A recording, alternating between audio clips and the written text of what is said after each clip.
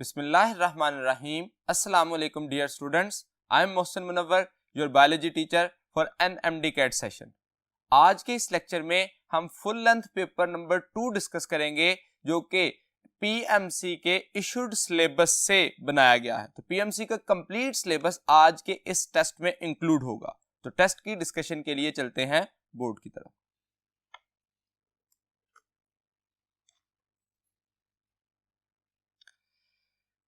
Question number 1 है biology के part में, chief material present in the cell walls of plants, fungal and prokaryotic cells are alpha proteins, beta lipids, charlie polysaccharides and delta phospholipids. अब हमें question में ये पूछा गया कि चीफ कंपोनेंट क्या है। सबसे पहले हमें डिफरेंट जो सेल वॉल्स हैं उनकी कंपोनेंट्स का पता होना चाहिए।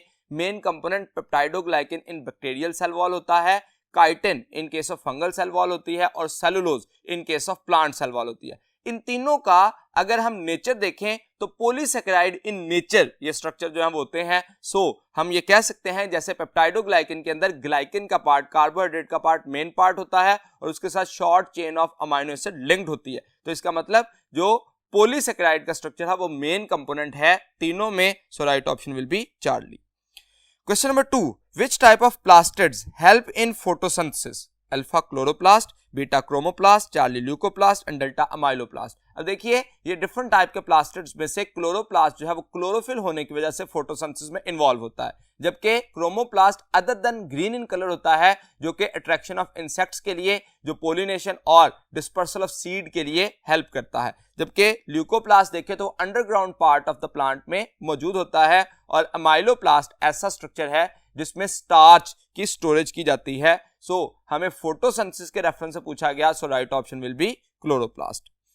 Question number 3, pick up non membranous organelle found in animal cells. Alpha ribosome, beta centriole, Charlie nucleolus and delta mitochondrion. अब देखिए ये क्वेश्चन थोड़ा सा ट्रिकी समझ सकते हैं कि इसमें हमें एनिमल सेल को कीवर्ड कंसीडर करना है। फॉर एग्जांपल हम राइबोसोम देखें तो वो प्लांट सेल, एनिमल सेल और बैक्टीरियल सेल तीनों में होता है, इसलिए हमें सिर्फ एनिमल सेल का चूज करना था। सेकंड ऑप्शन देखें सेंट्रियोल, ये सिर्फ एनिमल सेल में होते हैं, हायर प्लांट्स में भी एब्सेंट हैं और उसके साथ साथ ये दूसरे जो बैक्टीरिया हैं उनमें भी एब्सेंट होते हैं। So only in animal cell जो स्ट्रक्चर होता है वो सेंट्रियोल है। बाकी ऑप्शन देखें न्यूक्लियोलस, ये स्ट्रक्चर जो है वो प्लांट सेल और एनिमल सेल दोनों में होता है और माइटोकॉन्ड्रियन जो है ये भी प्लांट सेल और एनिमल सेल दोनों में होता है। सो एनिमल सेल के लिए जो यूनिक फीचर है इन गिवन ऑप्शन में say that is centriole.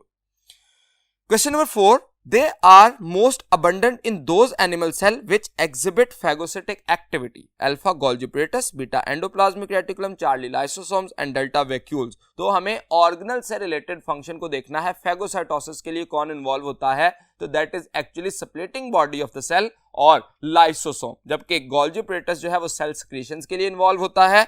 Endoplasmic reticulum different function perform करता है जिसमें ट्रांसपोर्ट है, सपोर्ट प्रोवाइड करना, protein synthesis in case of rough endoplasmic reticulum और ड्रग डिटॉक्सिफिकेशन और lipid metabolism in smooth endoplasmic reticulum. जबकि vacuole जो है वो increase the size of the cell without diluting its cell cytoplasm. तो ये स्ट्रक्चर जो है वैक्यूल का ये पर्टिकुलर फंक्शन होता है। तो फेगोसिटिक एक्टिविटी जो कीवर्ड है उसके अकॉर्डिंग हम कहेंगे lysosome is the right option. Question number 5, which component of the cell is concerned with cell secretion? Previous question में हमने बात की कि कीवर्ड हमारे पास सेल सिक्रीशन है। ऑर्गेनल अगर देखें तो गोल्जी कॉम्प्लेक्स या गोल्जी अपरेटस ये काम जो है वो सेल सिक्रीशन का करता है। गिवन ऑप्शन में से बीटा ऑप्शन राइट होगा। Question number 6, fibres of extracellular matrix are attached to dash in plasma membrane. Alpha phospholipids, beta carbohydrates, charlie glycolipids and delta proteins. तो किन स्ट्रक्चर के साथ मौजूद होते हैं? तो अगर आप डायग्राम में देखें तो एक्चुअली जो सेल मेम्ब्रेन है उसमें प्रोटीन कंपोनेंट के साथ, जो कि प्रोटीन एम्बेडेड है फॉस्फोलिपिड बाइलेयर में, उसके साथ इनर साइड पर, inner side of cell membrane के साथ ये एक्स्ट्रा सेलुलर मैट्रिक्स अटैच होते हैं। Question number 7, what would be the number of nucleotides for a protein molecule of about 142 amino acids? Alpha 430, beta 142, charlie 426 and delta 460। अब इस किस्म के question में हमें नंबर वेरी करके ये क्वेश्चन पूछा जा सकता है, जो कि बड़ा इंपॉर्टेंट पॉइंट होता है कि हमें इसमें सिर्फ एक बेसिक कॉन्सेप्ट याद रखना है कि 1 amino acid can be coded by 3 nucleotide, या जिसको हम एक कोडॉन का नाम देते हैं। अब number of amino acid change करके भी हमें पूछा जा सकता है, और इसका ऑपोजिट क्वेश्चन भी पूछा जा सकता है कि 426 न्यूक्लियोटाइड अगर एक डीएनए के मॉलिक्यूल में है, एक स्ट्रैंड में है, तो उससे कितने अमाइनो एसिड कोड हो सकते हैं। तो दोनों वेज में ये क्वेश्चन पूछा जा सकता है। यहां पे क्या पूछा कि अगर 142 अमाइनो एसिड कोड करना चाह रहे हैं तो कितने न्यूक्लियोटाइड होने चाहिए। सिंपली उसको हम 3 से मल्टीप्लाई करेंगे and the answer will be 426 nucleotides. Question number 8. The number of calories required to raise the temperature of 1 gram of water from 15 degree centigrade to 16 degree centigrade is called. ये exact definition है जो कि हमारी book में दी गई about specific heat capacity, जो कि जो कैलोरी की रिक्वायरमेंट है, जो एक कैलोरी 1 ग्राम वाटर का 1 डिग्री सेंटीग्रेड टेम्परेचर राइज करने के लिए रिक्वायर्ड होती है, उसको हम नाम देते हैं specific heat capacity. Question number 9. In DNA the nitrogenous base that takes place of uracil is alpha guanine. Guanine को रिप्लेस नहीं किया जाता, डीएनए और आरएनए दोनों में मौजूद होती है, साइटोसिन भी दोनों में है, एडेनिन भी। एडेनिन, गवानिन और साइटोसिन डीएनए और आरएनए दोनों में होती है, लेकिन थायमिन और यूरासिल ये रिप्लेसेबल हैं। थायमिन जो है वो डीएनए में होता है और यूरासिल आरएनए में होता है, तो इसलिए in DNA the nitrogenous base that takes place of uracil is, DNA के केस में थायमिन होगी और आरएनए में यूरासिल होगी, so right option will be delta. Question number 10. Pick up the group contains all monosaccharides. अब हमें option में देखना है कि जो ऑप्शन दी गई है उसमें मोनोसैकेराइड हैं सारे, डाइसैकेराइड है या पॉलीसैकेराइड है। अब इस क्वेश्चन में भी कीवर्ड मोनोसैकेराइड है। अगर डाइसैकेराइड का वर्ड दिया जाता तो ऑप्शन चेंज हो जाती, पॉलीसैकेराइड का दिया जा सकता था, अमाइनो एसिड। ये इस तरह के क्वेश्चन में हमें ये पूछा जाता है कि नेचर हम जानते हैं या नहीं मॉलिक्यूल की। जैसे कहा जाए pick up the amino acid, तो अमाइनो एसिड का नेम, कार्बोहाइड्रेट का नेम, किसी लिपिड का नेम देख के पूछा जा सकता है, या हमें किसी जो है वो लिपिड का पूछा जा सकता है, पिकअप अ लिपिड, और हमें डिफरेंट ऑप्शन जो है वो दी जा सकती हैं। यहाँ पे मोनोसैकेराइड चूज करने हैं। ऑप्शन देखिए, राइबोज, ग्लूकोज एंड सुक्रोज। तो अब आसानी से आप पहचान सकते हैं सुक्रोज मोनोसैकेराइड नहीं है, डाइसैकेराइड है, सो ये ऑप्शन गलत हो जाएगा। Beta, glucose, glycogen and fructose. तो ग्लाइकोजन एक पॉलीसैकेराइड है, इसलिए ये भी ऑल मोनोसैकेराइड की कैटेगरी से ये ऑप्शन निकल जाती है। चार्ली में माल्टोज, लैक्टोज एंड फ्रुक्टोज। अब इसमें माल्टोज और लैक्टोज दोनों डाइसैकेराइड हैं, सो ये भी ऑप्शन एक्सक्लूड हो जाएगी। And delta option glucose, ribose and fructose. अब ये तीनों स्ट्रक्चर जो हैं, ग्लूकोज हेक्सोज है, एल्डोहेक्सोज है, राइबोज जो है वो पेंटोज है, और फ्रुक्टोज जो है वो कीटोहेक्सोज है, यानी कि ये तीनों मोनोसैकेराइड के हमारे क्वेश्चन की रिक्वायरमेंट के अकॉर्डिंग है, so right option will be delta. Question number 11. They are esters of fatty acid and glycerol. Alpha phospholipids, beta acyl glycerol, Charlie phosphatidylcholine and delta phosphatidic acid. अब इस question में हम देखें कि acyl glycerol का structure जो है वो मैंने ड्रॉ किया, जिसमें एक ग्लिसरोल का मॉलिक्यूल 3 फैटी एसिड के साथ अटैच होता है न्यूट्रलाइजेशन के रिएक्शन के जरिए, और उससे एसाइल ग्लिसरोल की फॉर्मेशन होती है। अब अगर यहां पे हम थोड़ी सी मॉडिफिकेशंस करें तो ये स्ट्रक्चर जो है वो चेंज हो जाता है। तो सिंपली अगर थर्ड जो स्ट्रक्चर है जो कि फैटी एसिड का मॉलिक्यूल है, इसकी जगह पे फास्फोरिक एसिड आ जाए तो फास्फोटाइडिक एसिड बन जाएगा। अब अगर यहां पे फास्फोरिक एसिड आए तो इसका मतलब एस्टर फॉर्मेशन नहीं होती और फिर उसके डेरिवेटिव्स फॉर्मेशन हो जाती है। इसलिए द मोस्ट अप्रोप्रिएट आंसर हम कहेंगे ग्लिसरोल का मॉलिक्यूल जब अटैच होता है फैटी एसिड के साथ तो उसकी वजह से बनता है क्या, एसाइल ग्लिसरोल, और ये एस्टेरिफिकेशन का एक मोस्ट जनरल स्टेप है। So right option will be beta. Question number 12. All of the following are conjugated molecules except. अब कॉन्जुगेटेड मॉलिक्यूल क्या होते हैं, जिसमें two molecules of two different nature एक दूसरे के साथ लिंक हो। अब टू नेचर कौन सी है, कार्बोहाइड्रेट या प्रोटीन हो, लिपिड और प्रोटीन्स हो, कार्बोहाइड्रेट और लिपिड हो, एटसेट्रा। ये मॉलिक्यूल का जब लिंकेज बनता है टू डिफरेंट नेचर के मॉलिक्यूल्स का तो उसको हम नाम देते हैं कॉन्जुगेटेड मॉलिक्यूल। ऑप्शन में देखिए, ग्लाइकोप्रोटीन, इसमें एक जो है वो कार्बोहाइड्रेट एक प्रोटीन है, कॉन्जुगेटेड की प्रॉपर्टी पे पूरा उतरता है। लिपोप्रोटीन, ये भी लिपिड्स और प्रोटीन है। ग्लाइकोलिपिड, ये भी कार्बोहाइड्रेट और लिपिड, तो ये तीनों कॉन्जुगेटेड मॉलिक्यूल हुए। जबकि डेल्टा ऑप्शन में फास्फोलिपिड, फास्फोलिपिड जो है ये एक ऐसा मॉलिक्यूल है जो कि पर्टिकुलरली लिपिड की एक टाइप है, टाइप्स ऑफ लिपिड में कंसिडर किया जाता है जब एसाइल ग्लिसरोल का थर्ड फैटी एसिड जो है वो रिमूव होकर इसके साथ फास्फोरिक एसिड लगता है तो फास्फोटाइडिक एसिड बनता है, और फास्फोटाइडिक एसिड के साथ जब नाइट्रोजनस बेस अटैच हो जाती है तो उसको फिर हम फास्फोलिपिड का नाम देते हैं। तो इसका मतलब phospholipids are derivative of phosphatidic acid. So right option is delta. Question number 13. If another molecule having a shape very similar to the enzyme substrate bind to its active site, it would then dash the enzyme's function. अगर एक और substrate जो है वो molecule का another molecule having a shape very similar, यानी कि enzyme substrate की तरह की जिसकी शेप होती है, वो क्या करता है, वो इनहिबिट कर देता है एंजाइम की एक्टिव साइट को टेम्परेरी ब्लॉक करके या परमानेंटली ब्लॉक करके, उसको फिर हम रिवर्सिबल और इरिवर्सिबल इनहिबिटर का नाम देते हैं। तो यहां पे राइट ऑप्शन होगा beta, that will inhibit the enzymes function. Question number 14. The chemical substance with which an enzyme reacts is called its alpha prosthetic group, beta inhibitor, Charlie substrate and delta product. तो ऐसा chemical substance जो कि enzyme के साथ react करता है वो substrate कहलाता है, या कॉमनली उसको रिएक्टेंट का नाम दिया जाता है। जबकि अगर सबस्ट्रेट की जगह पे आके उसको एंजाइम को ब्लॉक कर दे तो उसको हम इनहिबिटर कहते हैं, और अगर एंजाइम की एक्टिविटी को बढ़ाने के लिए या एंजाइम की एक्टिविटी को मेंटेन करने के लिए कुछ उसके साथ कोफैक्टर्स अटैच हों तो उसमें हम कहते हैं that is called as prosthetic group, जो कि कोवलेंटली बॉन्ड हो जाता है। और अगर कैटालाइसिस का प्रोसेस होने के बाद जो केमिकल रिएक्शन उतरेगा या केमिकल रिएक्टेंट जो अटैच हुआ था वो डिटैच होगा तो उससे प्रोडक्ट फॉर्मेशन हो जाएगी। सो chemical substance will be substrate which will bind with the enzyme for a chemical reaction. Question number 15. Which one of the following is the optimum pH of catalase? Alpha 7.60, beta 8.00, Charlie 9.00 and delta 9.70. अब देखिए ये भी question जो है वो बड़ा common question है और इस क्वेश्चन के पूछे जाने के चांसेस मैक्सिमम होते हैं। इस क्वेश्चन की वेज क्या है? डिफरेंट वेज हो सकते हैं।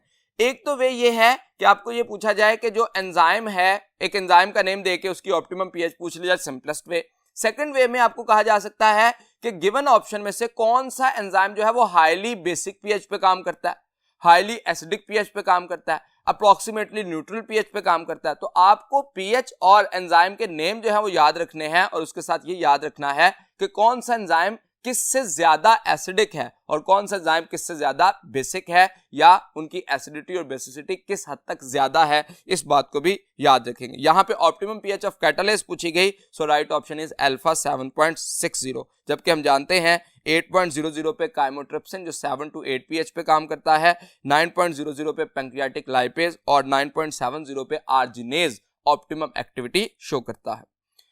Question number 16. Oxygen released into the atmosphere comes from alpha carbon dioxide, beta water, Charlie glucose and delta carbon dioxide and water. अब ये एक्चुअली नील वॉन हाइपोथेसिस थी जिसमें उसने इस बात को कंफर्म किया था कि कार्बन डाइऑक्साइड से ऑक्सीजन निकलती है या वाटर से ऑक्सीजन निकलती है during the process of photosynthesis, और इसके रिजल्ट से ये बात कंफर्म हुई थी कि actually water is the source of atmospheric oxygen. Water की सेपरेटिंग की वजह से ऑक्सीजन का मॉलिक्यूल रिलीज होता है। Question number 17. The ratio of carbon dioxide, NADPH and ATP molecule respectively required to run 1 Kelvin cycle is alpha 1:2:3, beta 3:6:9 and Charlie 3:2:1 and delta 6:12:18। अब देखिए यहां पे केल्विन साइकिल के लिए नॉर्मली जो रेशियो चाहिए होती है 3:6:9 है, लेकिन इसको सिंपलेस्ट फॉर्म में जब हम 3 कार्बन डाइऑक्साइड, 6 NADPH और 9 ATP रिक्वायर्ड होते हैं, लेकिन जब हम रेशियो की बात करते हैं तो इसका मतलब हम एम्पेरिकल फॉर्मूला सिंपलेस्ट रेशियो की बात कर रहे होते हैं। सो मोस्ट सुटेबल ऑप्शन इसमें से क्या होगा? 1:2:3 जो कि एक केल्विन साइकिल के लिए रिक्वायर्ड होगी। So right option will be alpha.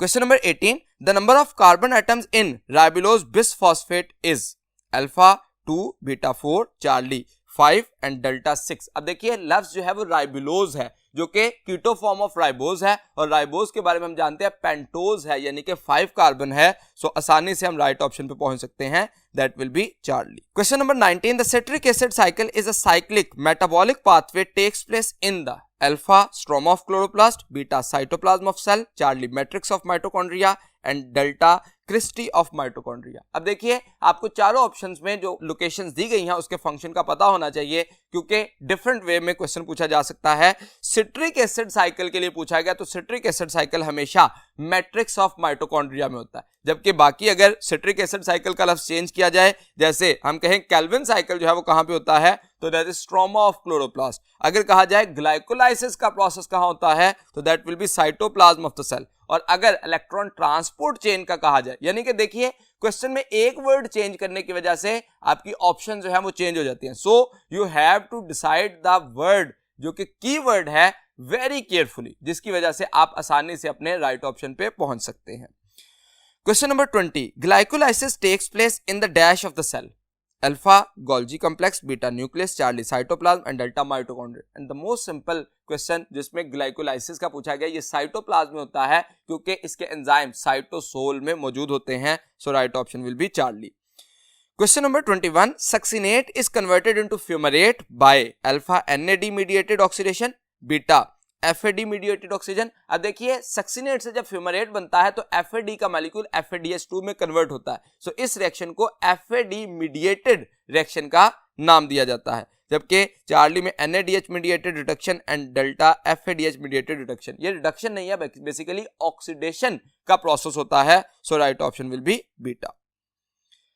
Question number 22, numerous opportunities disease might attack a person suffering from which of the following disease, alpha measles, beta influenza, charlie hepatitis A and delta AIDS। अब देखिए यहाँ पे question ये है कि कौन सी ऐसी disease है जिसमें डिफरेंट बाकी डिजीजेस के अटैक होने के चांसेस बढ़ जाते हैं, तो वो डिजीज होगी जिसमें हमारा बॉडी का इम्यून सिस्टम वीक हो जाता है, और वीक इम्यून सिस्टम में वायरसेस और बैक्टीरिया जो है वो अटैक करते हैं और डिजीज काज करने के चांसेस बढ़ जाते हैं। और हम जानते हैं एक्वायर्ड इम्यूनोडेफिशिएंसी सिंड्रोम, जो कि इम्यून सिस्टम को डेफिशिएंट कर देता है या कम कर देता है। So right option will be AIDS.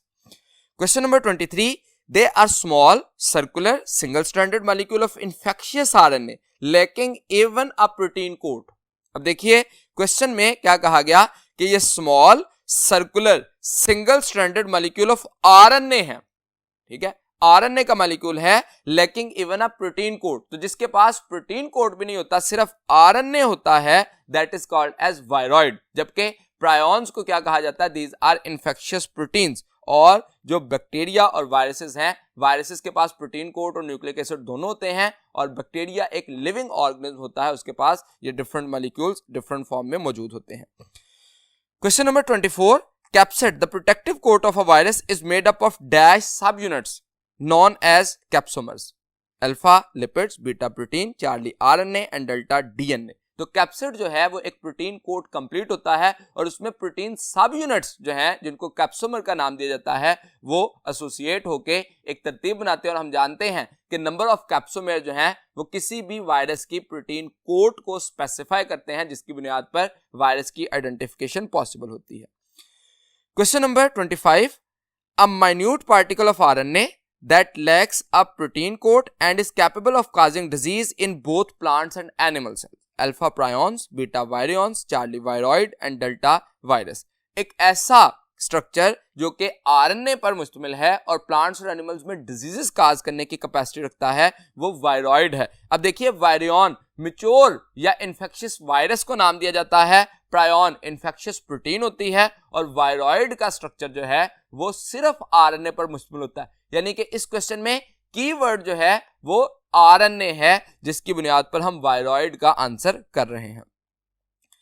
Question number 26, chemical substance used on living tissues that inhibit the growth of microorganisms are called alpha disinfectants, beta antibiotics, charlie chemotherapeutic agents and delta antiseptics। अब question में keyword क्या है, used on the living organism, या living tissue की surface पर इस्तेमाल किया जाए तो एंटीसेप्टिक्स होते हैं, और अगर हम नॉन लिविंग थिंग्स पे अप्लाई करें तो डिसइंफेक्टेंट्स का नाम दिया जाता है, और अगर इन द लिविंग टिश्यू यानी कि इनसाइड द बॉडी अगर यूज किया जाए तो वो कीमोथेराप्यूटिक एजेंट्स या एंटीबायोटिक्स होते हैं। So on living tissue keyword है, जिसकी बुनियाद पर delta antiseptic right option consider किया जाएगा।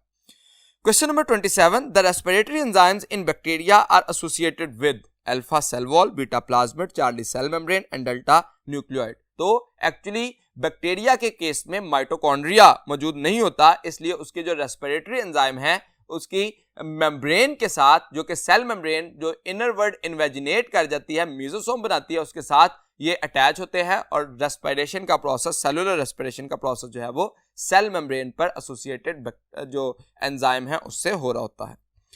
Question number 28, select a sessile zooflagellate, alpha trichonymphas, beta trypanosoma, Charlie choanoflagellate and delta euglena. अब देखिए जो सेसाइल ज़ूफ्लैजिलेट है वो कॉलर लाइक सेल एक स्टार्क के साथ अटैच हो जाते हैं, जिस वजह से वो स्टार्क जो है वो एसोसिएट हो जाती है एक सबस्ट्रेटम के साथ, जिस वजह से वो सेसाइल हो जाते हैं। सेसाइल यानी कि नॉन मोटाइल स्ट्रक्चर कहा जाएगा। So right option will be Charlie choanoflagellates. Question number 29, fungi are heterotrophs, lack cellulose in their cell wall and contain, यानी कि इनडायरेक्टली हम ये कह सकते हैं सेल वॉल ऑफ फंजाई किसकी बनी है, और ये बिल्कुल सिंपलेस्ट बात है कि जो फंजाई हैं वो अब्जॉर्प्टिव हेटेरोट्रॉफ होते हैं और काइटनस सेल वॉल जो है वो रखते हैं। So right option will be delta. Question number 30, eukaryotic multicellular autotrophs are included in kingdom. अब यूकैरियोटिक, मल्टीसेलुलर, ऑटोट्रॉफ्स, ये तीन प्रॉपर्टीज दी गई। हम जानते हैं यूकैरियोटिक जो है वो एक्सेप्ट प्रोकैरियोट सारे इंडिविजुअल जो है वो चार फाइलम यूकैरियोटिक होते हैं।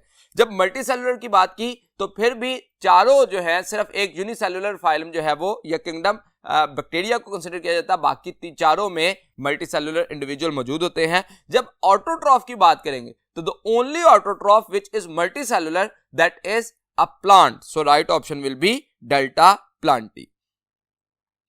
Question number 31, which one of the following is the amphibian of plant kingdom, alpha angiosperms, beta pteridophytes, Charlie bryophytes and delta gymnosperm. अब यहां पे एम्फीबियंस ऑफ प्लांट्स कहा गया तो ऐसे प्लांट जो कि एक्वेटिक, अपना अर्ली लाइफ साइकिल जो है वो एक्वेटिक पे डिपेंड करते हैं और फिर टेरेस्ट्रियल पे, तो इस वजह से इनको एम्फीबियंस ऑफ प्लांट को नाम दिया जाता है। So right option will be bryophytes, the simplest group of plants.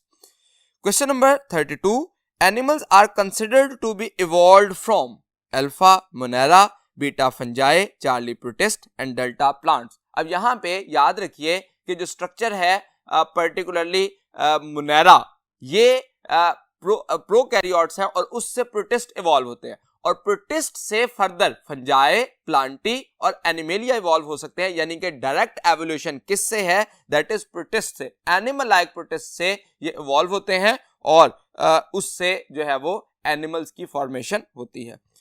Question number 33, which of the following is described as vaccination. अब गिवन ऑप्शन में से कौन सी का टाइप जो है वो वैक्सीनेशन है, alpha artificial passive immunity, beta artificial active immunity. अब देखिए हमें डिफरेंटली पता होना चाहिए, इम्यूनिटी जो है वो आर्टिफिशियल हो सकती है और नेचुरल हो सकती है, और दूसरे नंबर पर वो एक्टिव हो सकती है और पैसिव हो सकती है। वैक्सीनेशन के केस में क्या करते हैं, हम सिंगल डोज देते हैं और थ्रू आउट द लाइफ उसकी वजह से इम्यून हो जाती है बॉडी। उसमें क्या करते हैं, वीकन और half killed micro organism body में इंजेक्ट किए जाते हैं। ये एक वे है वैक्सीनेशन के, इसके अलावा भी डिफरेंट यूज किए जा सकते हैं। अब वो जो वीकन और हाफ किल्ड बॉडी में गया, उसने बॉडी के इम्यूनिटी कंटेनिंग सेल्स को इनहांस किया, ट्रिगर किया, और उसकी वजह से बॉडी ने एंटीबॉडीज प्रोडक्शन स्टार्ट कर दी। ये कहलाएगा artificial active immunity. So right option will be beta. Question number 34, in plants which sugar is transported from source to sink through sieve tube. तो कौन सी शुगर का मॉलिक्यूल जो है वो ट्रांसपोर्ट होता है, तो आंसर इज सुक्रोज। सुक्रोज का मॉलिक्यूल जो है वो सोर्स टू सिंक जो है वो सप्लाई होता है। अब सोर्स हम जानते हैं लीफ को कहा जाता है, और सिंक जो है वो फ्रूट को या वेजिटेबल को कहा जाता है जिसमें स्टोरेज ऑफ फूड होती है। So right option will be beta.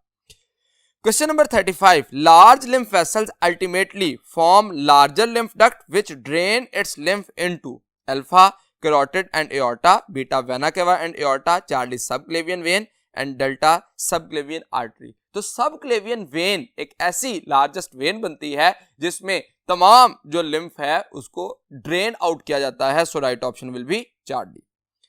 Question number 36, all the insectivorous plants are alpha heterotroph, beta decomposer, Charlie parasites and delta autotroph. अब ये बात याद रखिए कि प्लांट किसी भी कैटेगरी का हो, उसका जो यूनिक फीचर है जो बाकी तमाम किंगडम से उसको सेपरेट करता है, दैट इज एक्चुअली ऑटोट्रॉफ्स। वो अब इंसेक्टिवोरस प्लांट्स हैं या कोई और प्लांट्स हैं, वो तमाम के तमाम प्लांट्स जो हैं वो ऑटोट्रॉफ होते हैं। अच्छा, अगर ये ऑटोट्रॉफ हैं तो फिर इनको इंसेक्ट्स को ईट करने की जरूरत क्यों पेश आती है? एक्चुअली वजह ये है कि ये प्लांट नाइट्रोजन कंटेंट हासिल करके अपनी जो ग्रोथ है उसको बूस्ट अप करने के लिए इंसेक्ट्स को जो है वो किल करते हैं, ट्रैप करते हैं और उनसे नाइट्रोजन कंटेंट्स हासिल करते हैं।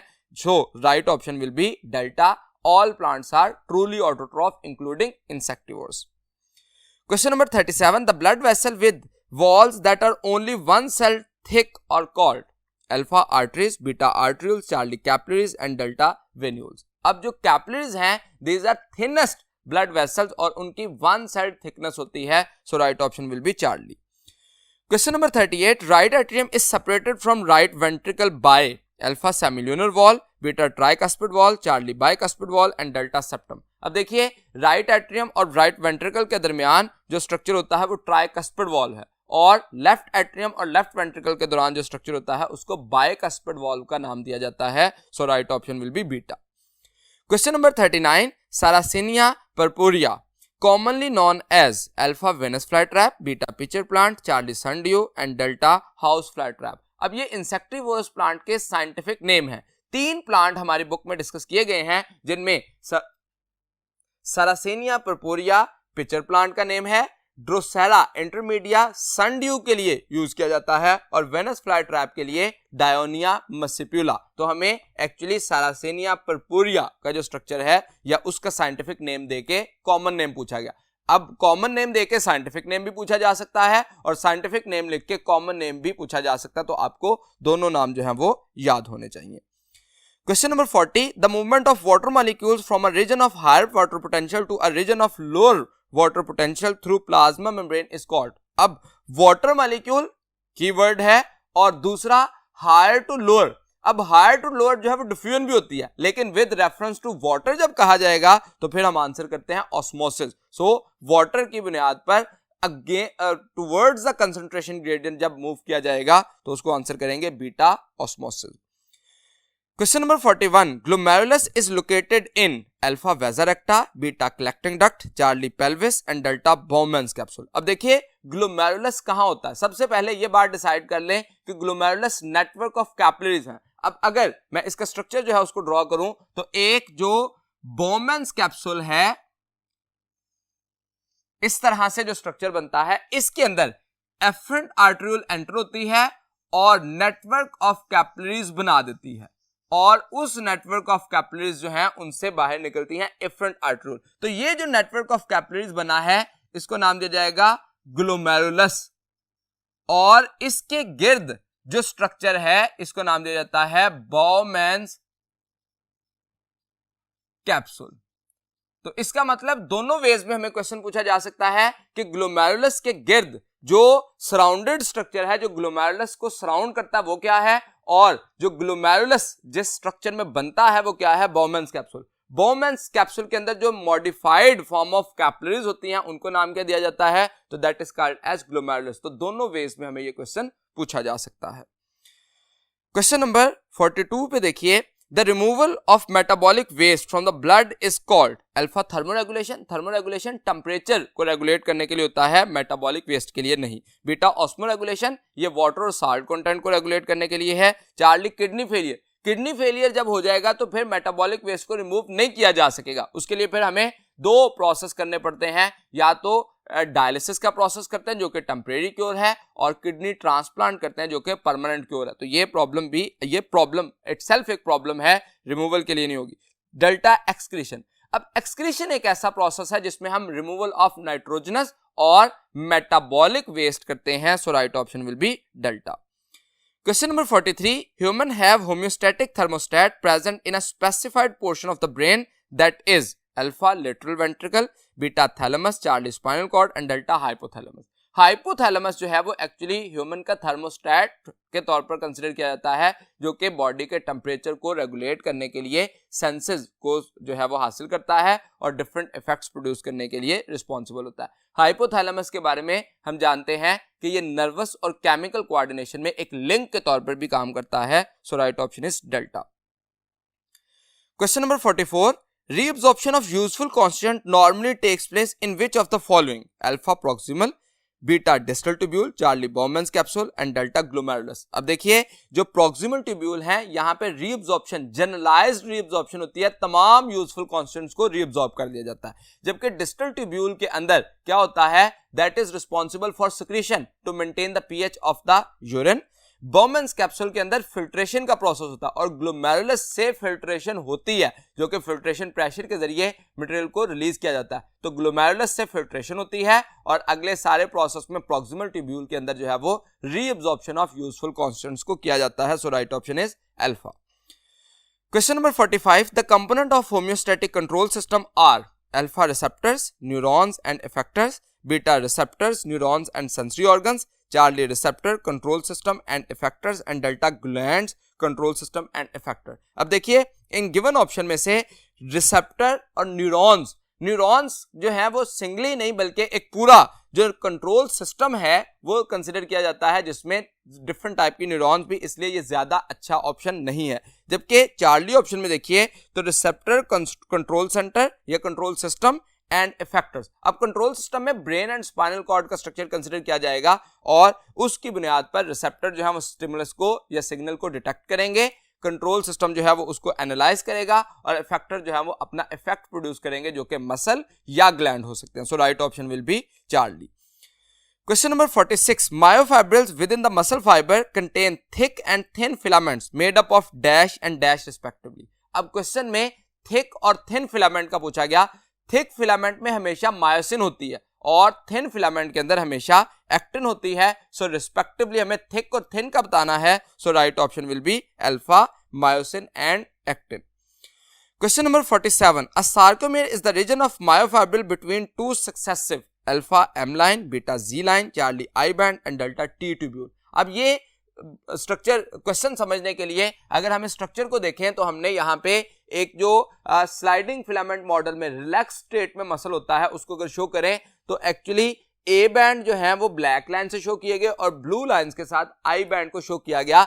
अब आई बैंड को जो बाइसेक्ट करता है उसको हम नाम देते हैं जी लाइन और टू सक्सेसिव जी लाइन के दरमियान स्मॉलेस्ट कॉन्ट्रैक्टाइल यूनिट आता है जिसको नाम क्या दिया जाता है, सार्कोमेर। तो इसका मतलब smallest contractile unit of the muscle that is sarcomere that is present between two successive Z lines. So right option will be beta. Question number 48, each muscle fibre is surrounded by a modified cell membrane called alpha sarcolemma, beta sarcomere, Charlie myosin filament and delta myofilament. तो actually muscle fibre की जो membrane है उसको specialised name दिया जाता है cell membrane को, जो कि कहलाता है sarcolemma. So right option will be alpha. Question number 49, mechanoreceptors detect stimulus of alpha light, beta smell, Charlie pressure and delta cold and warmth. तो जो फोटोरिसेप्टर हैं वो लाइट के लिए, कीमोरिसेप्टर स्मेल के लिए और मैकेनोरिसेप्टर प्रेशर और टच के लिए होते हैं, जबकि थर्मोरिसेप्टर जो है वो कोल्ड और वार्मथ कंडीशन को डिटेक्ट करते हैं। सो राइट ऑप्शन हमारे पास क्या होगा, charlie. Question number 50, insulin and glucagon are dash in nature, alpha steroid. अब स्टेरॉइड में जो डिफरेंट एग्जांपल हमें याद हैं जो हमारी बुक में मेंशन है उसमें एस्ट्रोजन है, टेस्टोस्टेरोन है एंड कॉर्टिसोन है। जब हम बीटा ऑप्शन देखें अमाइनो एसिड डेरिवेटिव तो थायरॉक्सिन, एपिनेफ्रिन एंड नॉरएपिनेफ्रिन ये अमाइनो एसिड डेरिवेटिव होते हैं।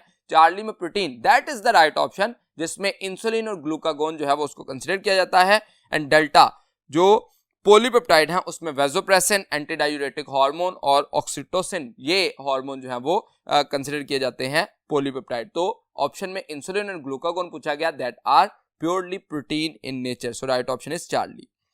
Question number 51, which of the following neuron has a single long dendron, alpha sensory neuron, beta motor neuron, Charlie associative neuron and delta afferent neuron। तो जिसके पास single long dendron होता है, जिसके पास true dendrite नहीं होते, इसको क्या कहा जाता है, that is considered as sensory neuron. So right option will be alpha.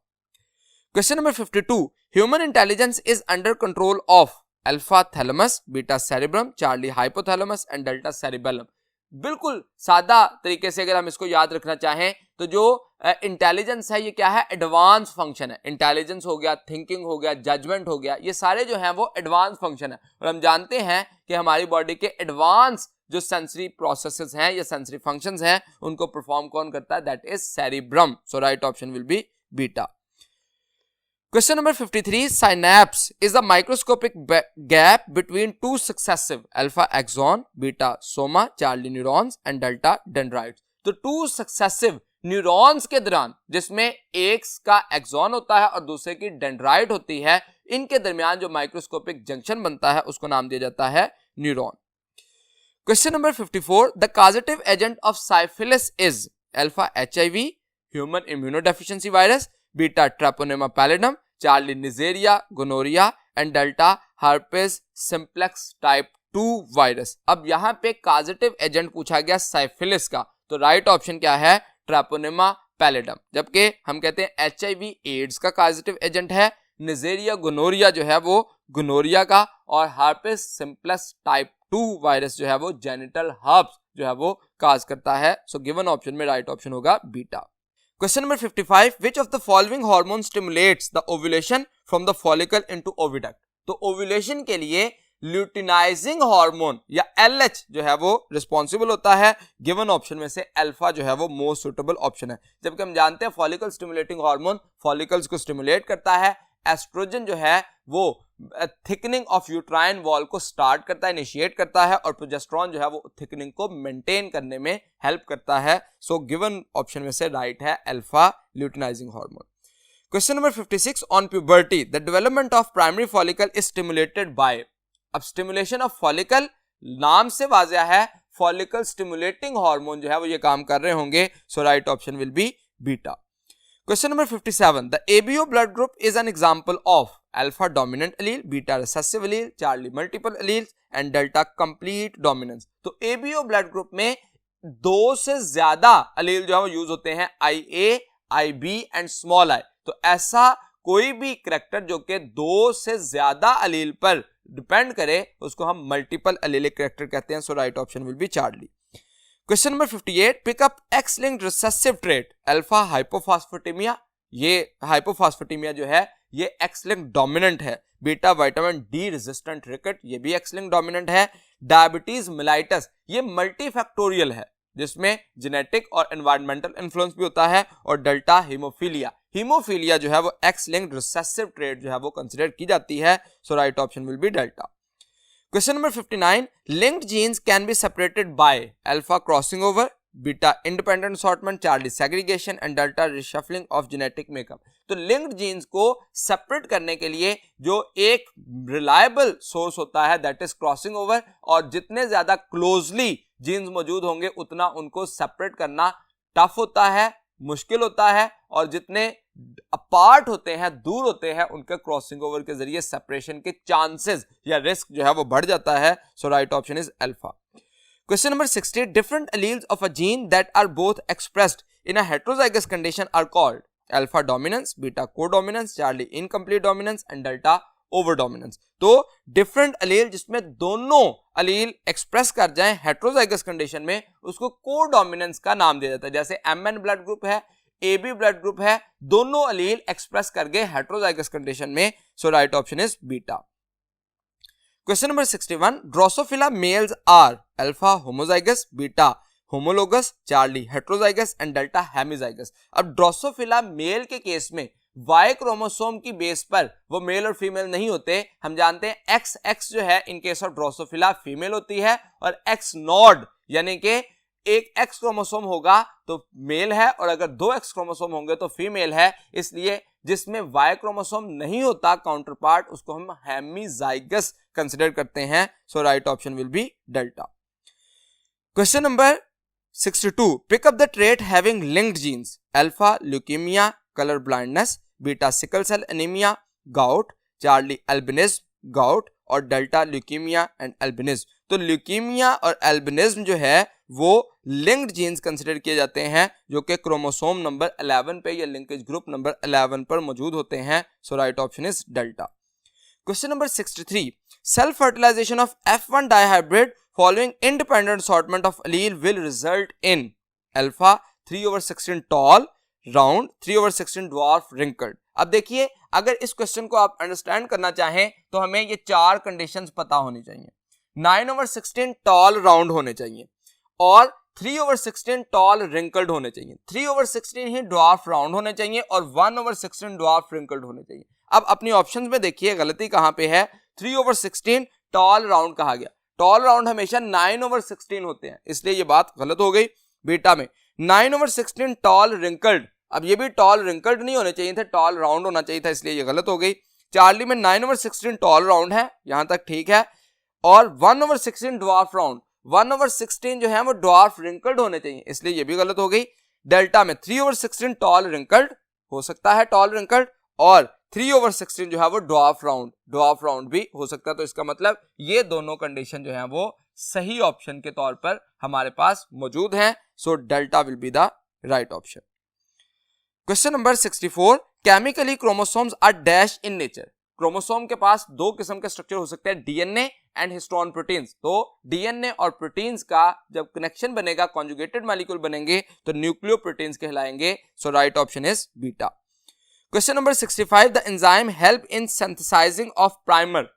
जो नेचुरली प्राइमर को सिंथेसाइज करने के लिए एंजाइम इस्तेमाल होते हैं उनको नाम दे देता है primase. Helicase unwinding of DNA का काम करता है, पॉलीमरेज एडिशन ऑफ न्यूक्लियोटाइड का काम करता है, ligase joining of the Okazaki fragments के लिए रिस्पॉन्सिबल होता है, और डेल्टा प्राइमेज जो है वो प्राइमर की फॉर्मेशन के लिए रिस्पॉन्सिबल होता है। सो delta will be the right option. Question number 66, each nucleosome has DNA of alpha 50 nucleotide, beta 100 nucleotides, Charlie 200 nucleotides and delta 300 nucleotides. तो हर न्यूक्लियोसोम जो है वो डीएनए के केस में 200 न्यूक्लियोटाइड का सीक्वेंस बनता है जो कि बीडेड स्ट्रिंग की सूरत में अपीयर होता है। सो Charlie will be the right option. Question number 67, in translation the terminating codon is alpha GUA, beta UAA, Charlie UUG and delta AGUG। अब हम जानते हैं टर्मिनेटिंग कोडॉन या स्टॉप कोडॉन जो है वो तीन किस्म के हो सकते हैं, UAA, UAG और UGA ये हैं, और इन गिवन में से जो बीटा में UAA दिया गया ये स्टॉप या टर्मिनेटिंग कोडॉन होता है जिसके लिए कोई भी अमाइनो एसिड कोड नहीं कर पाता। So beta will be the right option. Question number 68, initiation of protein synthesis begins with the binding of alpha 60s ribosome unit on mRNA। याद रखिए, हमेशा जब भी इनिशिएशन ऑफ ट्रांसलेशन होगी या प्रोटीन सिंथेसिस होगी तो पहले जो स्ट्रक्चर अटैच होता है वो स्मॉलर सब यूनिट होता है, फिर उसके बाद लार्जर सब यूनिट अटैच होता है। तो यूकैरियोटिक सेल में जो स्मॉलर सब यूनिट है उसका साइज क्या होता है, 40s राइबोसोम। तो चार्ली जो है वो राइट ऑप्शन है जिसमें 40s या स्मॉलर सब यूनिट जो है वो mRNA के साथ पहले अटैच होगा। Question number 69, common among leading lagging strand and Okazaki fragments, alpha construction in 5' to 3' direction, beta required DNA polymerase 2 for construction, Charlie construction in 3' to 5' direction and delta required RNA polymerase 1 for construction। तो leading, lagging और Okazaki fragment में जो एक uniqueness है, ये common है, वो 5' to 3' direction में हमेशा डीएनए पॉलीमरेज का काम ही, जो उसकी एक्टिविटी है वो 5' to 3' डायरेक्शन में होती है। So right option will be alpha. Question number 70, pick correct order of sequence of enzyme involved in DNA replication, alpha helicase, primase, polymerase, ligase. अब ये अगर आप देखें डीएनए रेप्लिकेशन में सबसे पहले एंजाइम इस्तेमाल होता है हेलिकेज जो कि अनवाइंडिंग करता है, फिर उसके बाद आता है प्राइमेज जो कि प्राइमर सिंथेसिस करेगा, और हम जानते हैं कि डीएनए पॉलीमरेज जो है वो रेप्लिकेशन जो प्रोसेस है उसको स्टार्ट नहीं कर सकता रेप्लिकेशन का, बल्कि उसको प्रोसीड कर सकता है, एलोंगेट कर सकता है। इसलिए प्राइमेज प्राइमर बनाएगा तो उसके बाद पॉलीमरेज आके एडिशन ऑफ न्यूक्लियोटाइड करेगा और फिर लाइगेज जो है वो लैगिंग स्ट्रैंड पे ओकाज़की फ्रेगमेंट को बाइंड करेगा। सो अल्फा ऑप्शन में ये तरतीब ठीक बताई गई है, पहले हेलिकेज आएगा, फिर प्राइमेज, फिर polymerase and then ligase. Question number 71, endosymbiont hypothesis explains origin of alpha mitochondria, beta eukaryotic cell, Charlie prokaryotic cell and delta ribosome. तो एंडोसिम्बायोटिक हाइपोथेसिस जो है, अब हम जानते हैं एवोल्यूशन के प्रोसेस को एक्सप्लेन करने के लिए दो किस्म की हाइपोथेसिस दी जाती हैं। एक को कहा जाता है मेम्ब्रेन इन्वेजिनेशन और दूसरा जो है वो एंडोसिम्बायोंट हाइपोथेसिस। तो यूकैरियोटिक सेल को क्लासिफाई करने के लिए प्रोकैरियोटिक से यूकैरियोटिक कैसे बने उसको जानने के लिए हम एंडोसिम्बायोंट हाइपोथेसिस का सहारा लेते हैं। So right option will be beta. Question number 72, main evidences upon which Darwin's theory is based, alpha biogeography and fossil record. अब डार्विन ने जो गैलापागोस आइलैंड पर फिंचेस 30 टाइप ऑफ फिंचेस देखे थे और इसके अलावा फॉसिल कलेक्शन की बुनियाद पर उसने जो अपनी थ्योरी जो है वो उसको बेस किया था। उसके अलावा आप देखें बीटा में biography, biogeography and comparative anatomy. तो कंपैरेटिव एनाटॉमी पे एज सच डार्विन का स्ट्रक्चर या काम नहीं था। चार्ली मोलेकुलर बायोलॉजी, ये एडवांस एविडेंस है, इस पे भी डार्विन का काम नहीं था। एंड डेल्टा में फॉसिल रिकॉर्ड एंड कंपैरेटिव। तो फॉसिल कंपैरेटिव कौन सा, इनकम्प्लीट हमारे पास ये ऑप्शन है, इसलिए इसको भी हम कंसिडर नहीं कर सकते। Alpha is the most suitable option जिसमें हम बायोजियोग्राफी एंड फॉसिल रिकॉर्ड कहते हैं, जो कि डार्विन की थ्योरी की बेसिस थी।